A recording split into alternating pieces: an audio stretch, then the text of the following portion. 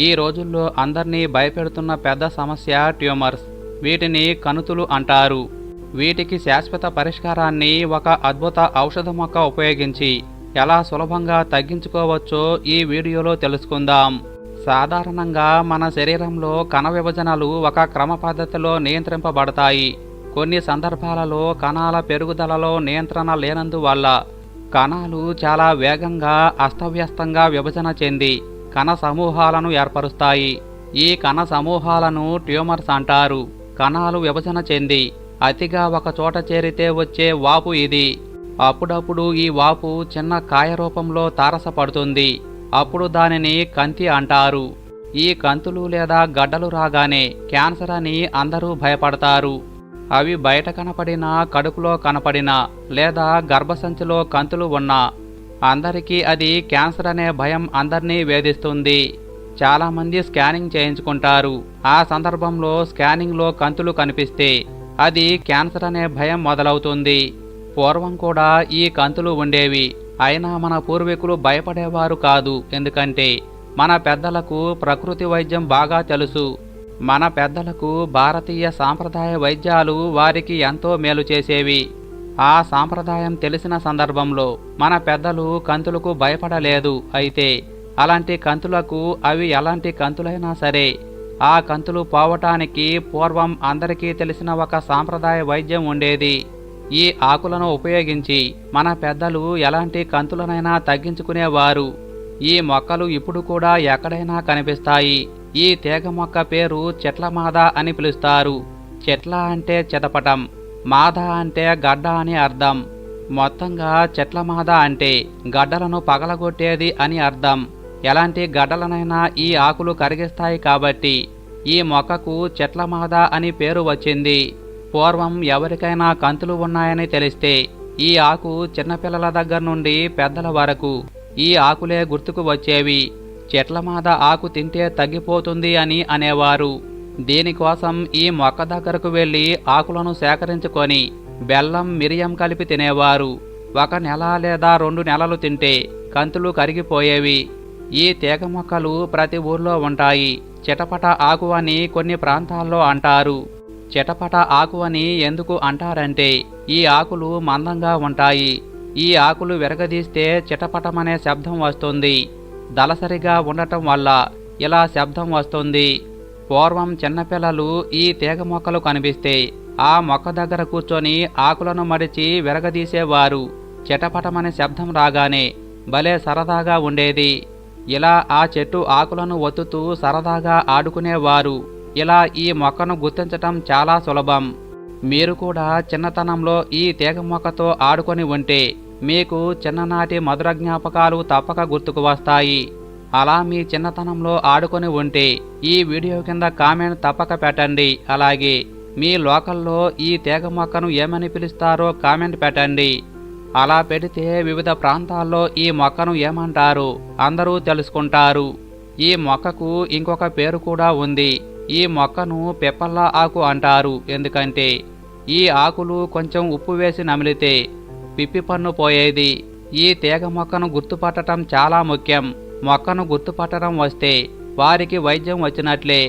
ఈ చెట్ల మాద లేదా చిటపట ఆకులు లేదా పిప్పళ్ళ ఆకుగా పిలిచే ఈ తీగ మొక్క కంతులను, గడ్డలను, ట్యూమర్స్ను చాలా సులభంగా కరిగిస్తుంది. దీనికోసం ముందుగా ఈ మొక్కను గుర్తించి ఆకులను సేకరించాలి. 3 లేదా 4 లేదా 5 ఆకులు సేకరించి శుభ్రంగా కడిగి ఒక చిన్న బెల్లం ముక్క మరియు 1 మిరియం వీటన్నిటినీ కలిపి నమిలి తినాలి. రోజుకు ఒకసారి ఇలా తినాలి. ఈ ఆకు చప్పచప్పగా ఉప్పగా ఉంటుంది. ఈ ఆకు చేదుగా ఉండదు. ఈ ఆకు వల్ల ఎటువంటి సైడ్ ఎఫెక్ట్స్ ఉండవు.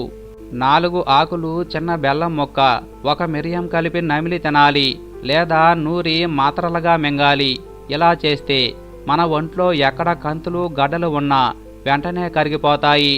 ఇలా 1 నెల రోజులు లేదా 40 రోజులు ప్రతిరోజు తినాలి. ఇంకా పెద్ద గడ్డలు ఉంటే ఇంకొక 90 రోజులు తినాలి. ఇలా చేస్తే సులభంగా ట్యూమర్స్ కరిగిపోతాయి. కానీ ఈ రోజుల్లో చిన్న గడ్డ కనిపిస్తే హాస్పిటల్ చుట్టూ తిరుగుతూ లేనిపోని రోగాలు అంటించుకుంటున్నారు. వీటికి పరిష్కారం లేదని బాధపడుతూ ఉంటారు. ఈ మొక్క ప్రస్తుత జీవనశైలిలో ప్రతి ఒక్కరికి చాలా అవసరం. ఈ తీగ మొక్కను మన ఇంట్లో కూడా సులభంగా పెంచుకోవచ్చు, కుండీలలో కూడా సులభంగా పెంచుకోవచ్చు. ఈ మొక్కలు మన ఇంట్లో ఉంటే ఈ ఆకులు నమిలి దంతాలు తోమితే జన్మలో పుచ్చుపళ్ళు రావు. ఒకవేళ మీకు పిప్పి పన్ను వస్తే ఒక ఆకును కొంచెం ఉప్పు కలిపి నమిలితే సులభంగా తగ్గిపోతుంది. లేదా మీరు ప్రతిరోజు ఏదో ఒక పచ్చడి చేసుకుని తింటారు. ఆ పచ్చడిలో ఈ ఆకులు వేసుకుని తింటుంటే జన్మలో వారికి ట్యూమర్స్ రావు, ఒంట్లో కంతులు ఉన్నా సులభంగా కరిగిపోతాయి. ఇంతకు ముందు ఎవరికైనా గడ్డలు వస్తే ఎవరూ భయపడేవారు కాదు. ఎందుకంటే ఈ మొక్క వారికి తెలుసు కాబట్టి వారు భయపడేవారు కాదు. కానీ ఆధునిక కాలంలో ఇలాంటి మొక్కల్ని పిచ్చి మొక్కలుగా భావిస్తున్నారు.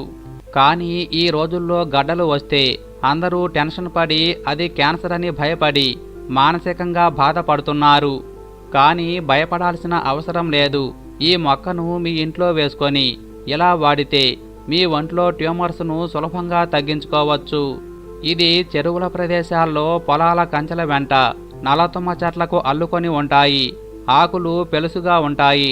క్యాన్సర్ రాకుండా లేదా క్యాన్సర్ ఉన్నవారైనా సరే ఇలా వాడుకుంటే కొత్త కొత్త ట్యూమర్స్ రావు.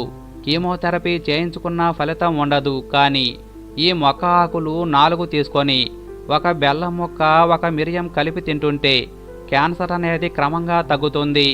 ముందే ట్యూమర్స్ అని తెలియగానే దానిని ఏమీ చేయకుండా ఇలా తింటుంటే 1-2 నెలలు తింటే ఆ ట్యూమర్స్ ఖచ్చితంగా పోతాయి.